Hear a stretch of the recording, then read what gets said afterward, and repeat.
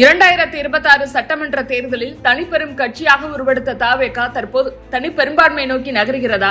12 தொகுதிகளுக்கு இடைத்தேர்தலா? என்ன நடக்கிறது தமிழக அரசியலில்? 2026 சட்டமன்ற தேர்தலில் தமிழக அரசியலையே தலைகீழாக மாற்றிய கட்சி என்றால் அது தாவேகா. தேர்தலுக்கு முன்பு வரை ஒரு மாற்று சக்தி என்று பார்க்கப்பட்ட கட்சி தேர்தல் முடிவில் 108 தொகுதிகளை கைப்பற்றி தமிழகத்தின் தனிப்பெரும் கட்சியாக உருவெடுத்தது.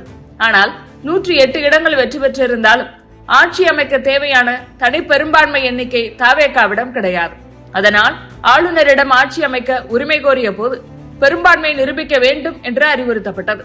அதன் பிறகு காங்கிரஸ், விடுதலை சிறுத்தைகள், இந்திய யூனியன் முஸ்லிம் லீக், மார்க்சிஸ்ட் கம்யூனிஸ்ட், இந்திய கம்யூனிஸ்ட் உள்ளிட்ட கட்சிகளின் ஆதரவுடன் முதலமைச்சராக விஜய் பதவியேற்றார். கூட்டணி அரசாக தாவேகா தன்னுடைய ஆட்சியை தொடங்கியது.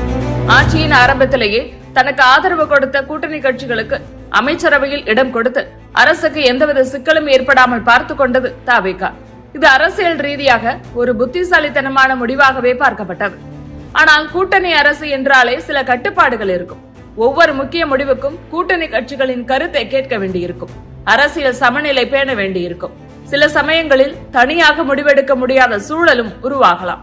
இந்த உண்மையை ஆட்சி பொறுப்பேற்ற சில வாரங்களிலேயே தாவேகா உணர்ந்து விட்டதாக அரசியல் வட்டாரங்கள் கூறுகின்றன. அதனால்தான் கூட்டணி ஆதரவோடு மட்டுமல்லாது சட்டமன்றத்திலேயே தங்களுடைய சொந்த பலத்தை அதிகரிக்க வேண்டும் என்ற திட்டத்தில் தாவேகா செயல்பட தொடங்கி இருப்பதாக பேசப்படுகிறது. அதற்கான முதல் அறிகுறியாக அதிமுகவிலிருந்து அதிரடி ராஜினாமாக்கள் ஆரம்பமாகின. மதுராந்தகம் சட்டமன்ற உறுப்பினர் மரகதம் குமரவேல், பெருந்துறை சட்டமன்ற உறுப்பினர் ஜெயக்குமார், தாராபுரம் சட்டமன்ற உறுப்பினர் சத்யபாமா, அம்பாசமுத்திரம் தொகுதி சட்டமன்ற உறுப்பினர் இசக்கி சுப்பையா ஆகியோர் தங்களுடைய சட்டமன்ற உறுப்பினர் பதவியை ராஜினாமா செய்து தாவேகாவில் தங்களை இணைத்துக் கொண்டார்கள். இந்த சம்பவம் தமிழக அரசியலில் பெரும் பரபரப்பை ஏற்படுத்தியது. இதுகுறித்து பேசிய விடுதலை சிறுத்தைகள் கட்சியின் தலைவர் தொல் திருமாவளவன் மற்றும் இடதுசாரி கட்சியின் தலைவர்கள், நாங்கள் தடுக்கவில்லை என்றால் இன்னும் அதிகமான ராஜினாமாக்கள் நடந்திருக்கலாம் என்று கூறியிருந்தார்கள். அந்த கருத்து அப்போது பெரும் விவாதத்தை ஏற்படுத்தியது. ஆனால் அதன் பிறகும் இந்த ராஜினாமாக்கள் நிற்கவில்லை. விராலிமலை தொகுதி சட்டமன்ற உறுப்பினர் சி விஜயபாஸ்கரும், கரூர் தொகுதி சட்டமன்ற உறுப்பினர் MR விஜயபாஸ்கரும் தங்களுடைய பதவியை ராஜினாமா செய்து தாவேகாவில் தங்களை இணைத்துக் கொண்டுள்ளனர். இதனால் ராஜினாமா செய்த உறுப்பினர்களின் எண்ணிக்கை மேலும் உயர்ந்திருக்கிறது. இதற்கிடையில் இன்னொரு முக்கியமான அரசியல் நிகழ்வும் நடந்தேறியுள்ளது. முதலமைச்சர் விஜய் தலைமையில் தாவேகா தோழமை கட்சிகளின் முக்கிய ஆலோசனை கூட்டம் நடைபெற்றது. அந்த கூட்டத்தில் காங்கிரஸ், விசிக, IUML, மதிமுக உள்ளிட்ட கட்சிகள் பங்கேற்றன. கூட்டத்தில் கூட்டணியை வலுப்படுத்துவதற்காக ஒருங்கிணைப்பு குழு அமைப்பது, குறைந்தபட்ச செயல் திட்டம் தயாரிப்பது, கூட்டணிக்கு பெயர் சூட்டுவது போன்ற முக்கிய அம்சங்கள் குறித்து அடுத்த கூட்டத்தில் முடிவு செய்யப்படும் என்று அறிவிக்கப்பட்டது. இடதுசாரி கட்சிகள் கூட்டத்தில் பங்கேற்கவில்லை என்றாலும் முதலமைச்சர் விஜயை நேரில் சந்தித்து அரசுக்கு எங்களுடைய ஆதரவு தொடரும் என்று உறுதி கொடுத்துள்ளனர். இந்த நிலையில் செய்தியாளர்களிடம் பேசிய திருமாவளவன், தாவேகா அரசு 5 ஆண்டுகளையும் நிறைவு செய்யும், எங்களுடைய ஆதரவு முழுமையாக தொடரும், ஆட்சிக்கு எந்தவித இடையூறும் ஏற்படுத்த மாட்டோம் என்று வெளிப்படையாக பேசியிருக்கிறார். இதனால் தற்போதைய கூட்டணி அரசுக்கு உடனடி ஆபத்து என்று எதுவும் கிடையாது. ஆனால் அதே நேரத்தில் இன்னொரு முக்கியமான கேள்வியும் எழுகிறது.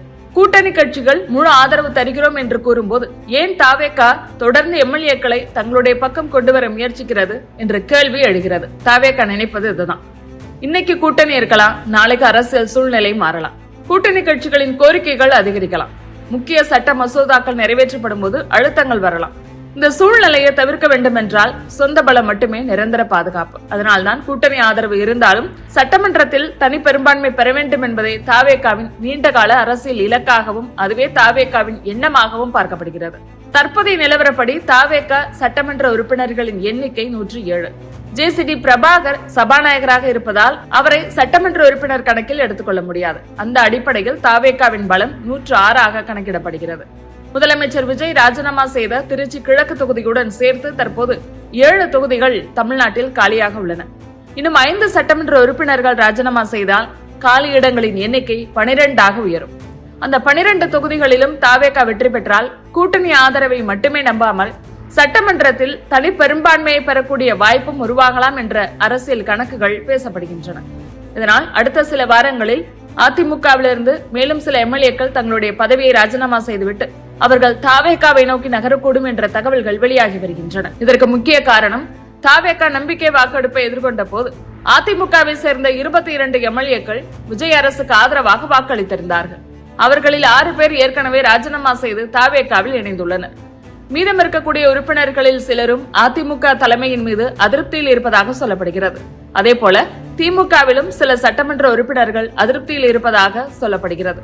அதேபோல திமுகவிலும் சில சட்டமன்ற உறுப்பினர்கள் அதிருப்தியில் இருப்பதாக சொல்லப்படும் நிலையில் அந்த கட்சியில் இருந்தும் 4 எம்எல்ஏக்கள் ராஜினாமா செய்துவிட்டு தாவேகாவில் இணையலாம் என்ற தகவல்கள் வெளியாகி வருகின்றன. இருப்பினும் இதுகுறித்து எந்த அதிகாரப்பூர்வ அறிவிப்பும் வெளியாகவில்லை. ஒருவேளை அந்த தகவல்களும் உண்மையாகி மேலும் ராஜினாமாக்கள் தொடர்ந்தால் தமிழகத்தில் இரட்டை இலக்க எண்ணிக்கையிலான தொகுதிகளில் இடைத்தேர்தல் நடைபெறும் சூழ்நிலை உருவாகலாம். பொதுவாக இந்திய அரசியலில் இடைத்தேர்தல்கள் நடைபெறும் போது அது ஆளும் கட்சிக்கு சாதகமாக அமையும் என்ற கருத்து பரவலாக உள்ளது. ஏனெனில் அரசின் திட்டங்கள், நிர்வாக பலம், அதிகார இயக்கம் ஆகியவை ஆளும் கட்சிக்கு முன்னிலை கொடுக்கும் என்று அரசியல் விமர்சகர்கள் கருதுகின்றனர். அந்த அடிப்படையில் இடைத்தேர்தல் முடிவுகள் தாவேகாவுக்கு சாதகமாக அமைந்தால் இன்று கூட்டணி ஆதரவுடன் செயல்படும் தாவேகா அரசு நாளை தனி பெரும்பான்மை அரசாக மாறக்கூடிய வாய்ப்பு உருவாகலாம். எனவே மேலும் ராஜினாமாக்கள் தொடருமா, இடைத்தேர்தல் எப்போது நடைபெறும், மக்கள் என்ன தீர்ப்பு கொடுப்பார்கள் என்பதுதான் இறுதியில் தமிழக அரசியலின் அடுத்த அத்தியாயத்தை தீர்மானிக்கப் போகிறது.